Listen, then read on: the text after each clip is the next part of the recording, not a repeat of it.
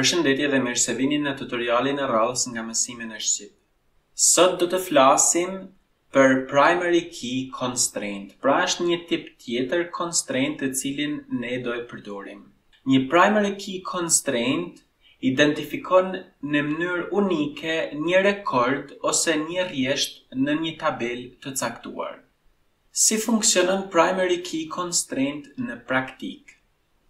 Me pak fjalë ne duhet të përcaktojmë një ose më shumë kolona në mënyrë të tillë që vlerat e vendosura në këto kolona duhet të jenë unike në tabelën përkatëse.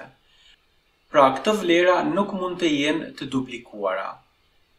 Në tabelën që kemi ndërtuar të quajtur people, ne tentojmë të insertojmë një vlerë të çfarëdoshme me ID njësh. Në qoftë se ekzekutojmë këtë query, do shikoni që vlera insertohet. Në qoftë se bëjmë një select mbi këtë tabel, do shikoni që vlera është në tabel. Mirë po, në qoftë se ekzekutojmë dhe një herë këtë script, përsëri do ekzekutohet me sukses. Le të ekzekutojmë komandën select dhe do shikoni që kemi dy emra të duplikuar, pra kemi dy ID të cilat kanë vlerën njësh. Dhe ne duam ta parandalojmë këtë gjë në mënyrë që ID-ja të jetë unike dhe në rastin aktual të jetë qelës primar, pra që të identifikoj në mënyrë unike një rekord në këtë tabel. Për ta bërë një gjë të tillë, përsëri e fshim këtë tabel dhe le ta krijojmë sërish tabelën në fjalë duke thënë create table people. Le të vendosim kolonat që ne na duhet një kolon ID e tipit integer, na duhet një kolon name që është varchar dhe përmban 100 karaktere dhe është not null, pra nuk lejon vlera null, na duhet një surname që është varchar sërish maksimumi 100 karaktere, not null.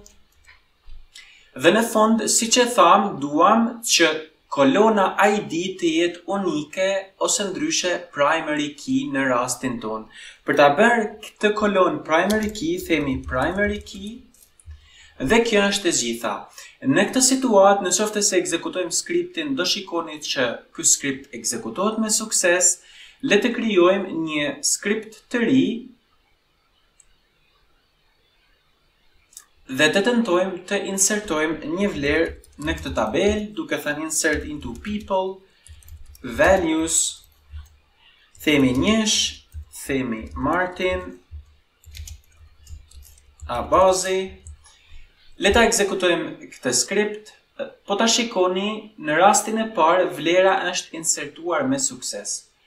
Në qoftë se bëjmë një select, do shikoni që kemi këtë vlerë në databazë, por tashmë në qoftë se tentojmë ta ekzekutojmë sërish, do shikoni që kemi një error duke na thënë që ID-ja është e duplikuar, pra e kemi një rekord në databazë me ID njësh. Kjo automatikisht parandalon që ne të insertojmë dy vlera me të njëjtën ID.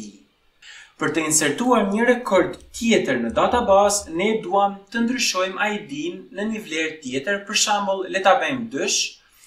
Klikojmë execute dhe tashmë do shikoni që vlera është insertuar. Pra nëse bëjmë një select sërish, do shikoni që kemi dy rjeshta në databazë, të cilat kanë ID të ndryshme.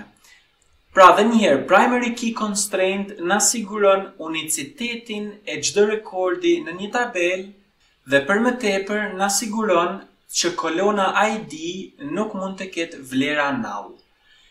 Le të shkojmë të tentojmë të insertojmë një vlerë null.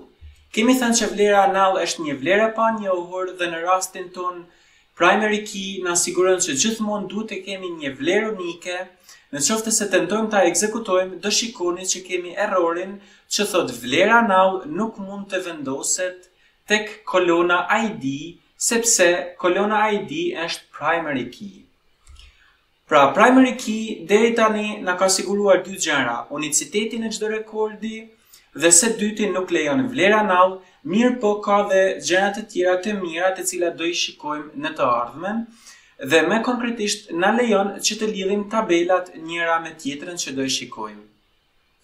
Ka raste të caktuara që ne nuk duam që një kolon të jetë primary key, por duam që të kemi më shumë kolona si primary key. Për shembull, le të supozojmë që tabela people nuk e ka fare kolonën ID dhe si ID ose si vlerë unike në këtë tabelë duam që të kemi kombinimin e kolonës name dhe kolonës surname. Pra supozojmë që në teori nuk kemi dy persona me të njëjtin emër dhe me të njëjtin mbiemër. Në qoftë se klikojmë refresh tek tables, le ta fshijmë edhe një herë tabelën people dhe le të mundohemi ta krijojmë sërish. Duke qenë që kolona name do jetë pjesë e primary key, nuk kemi nevojë ta specifikojmë pjesën not null sepse do jetë e përcaktuar ose ndryshe e parazgjedhur. Tashme, më poshtë, për të përcaktuar që këto dy kolona janë primary key, ne themi primary key, hapim dhe mbyllim klap dhe vendosim emrat që do bëjnë pjesë tek primary key të ndara me presje. Me pak fjalë kemi thënë me krijon një tabelë e quajtur people e cila ka dy kolona dhe këto dy kolona do jenë pjesë e primary key. Në qoftë se ekzekutojmë këtë skript, do shikoni që ekzekutohet me sukses. Dhe tashmë le të tentojmë të vendosim disa vlera në këtë tabelë. Për shembull, le të tentojmë të vendosim vlerën aktuale, ekzekutojmë skriptin dhe do shikoni që fillimisht ekzekutohet me sukses. Nëse bëjmë një select, do shikoni që tashmë kemi name dhe surname të specifikuar, pra kemi vetëm një element. Mirë po, në qoftë se tentojmë të ekzekutojmë të njëjtin skript dy herë, do shikoni që na thotë nuk mund të insertoni vlera të duplikuara në këtë tabelë. Pse? Sepse një rekord me emrin Martin dhe me mbiemrin Abazi ekziston në tabelën people, pra nuk mund të kemi një të dytë. Mirë po, në qoftë se ndryshojmë njërin nga vlerat name ose surname, atëherë ne na lejohet të insertojmë një vlerë të dytë. Për shembull, vendosim një mbiemër të çfarëdoshëm, ekzekutojmë skriptin dhe do shikoni që skripti ekzekutohet me sukses. Në qoftë se shkojmë tek editori i dytë dhe selektojmë vlerat, do shikoni që tashmë kemi dy rekorde. Sërish, nëse tentojmë ta ekzekutojmë këtë skript, do shikoni që kemi një error. Pra me pak fjalë, ky constraint ne nuk na lejon që të insertojmë vlerat të duplikuara dhe vlerat të duplikuara në situatën tonë përbëhen nga kombinimi i dy kolonave name dhe surname. Ne mund të ndërtojmë një primary key dhe mbi 3 kolona ose 4 kolona nëse ne na kërkohet. Mirë po në praktikë dhe në realitet, kryesisht një primary key ndërtohet mbi një kolon ose maksimumi mbi 2 kolona në varësi të rastit konkret. Duke qenë që një primary key na siguron unicitetin e një rekordi në database, ne mund ta përdorim si kusht filtrimi kur duam të bëjmë update një rekord ose kur duam të bëjmë delete një rekord në database.